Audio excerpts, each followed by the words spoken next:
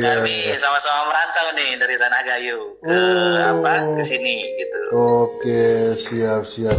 Masih ada cerita-cerita unik nih Bang seputar Ramadan di daerah Oki di Sumatera Selatan, mungkin biar pendengar-pendengar kita juga semakin tahu budaya-budaya di sana gitu Bang Rahmat.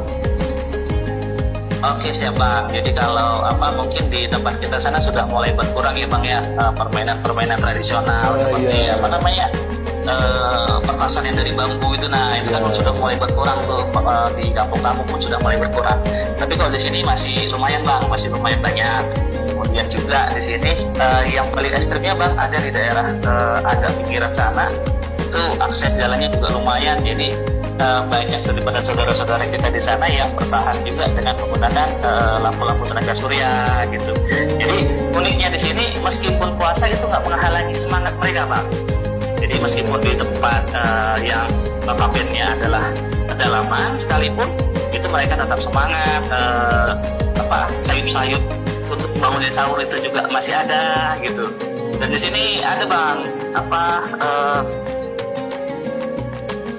yang sahur kayak gitu Bang, sahur kayak gitu masih ada di sini. Mungkin kalau di kita sana agak kurang Bang ya, karena cuaca juga dingin kan. Nah kalau di sini itu masih ada Bang. Itu menggunakan panel tenaga surya, memang berarti belum ada aliran listrik dari PLN yang masuk ke daerah sana begitu Bang Rahmat? Belum Bang, belum. Ada beberapa daerah yang emang belum masuk. Kebetulan kan kalau wilayah kerja saya yang di perusahaan itu sampai ke pesisir perbatasan antara Pulau Sumatera dengan Pulau Bangka Belitung. Jadi emang daerah pesisir itu ada sebagian yang belum masuk listrik.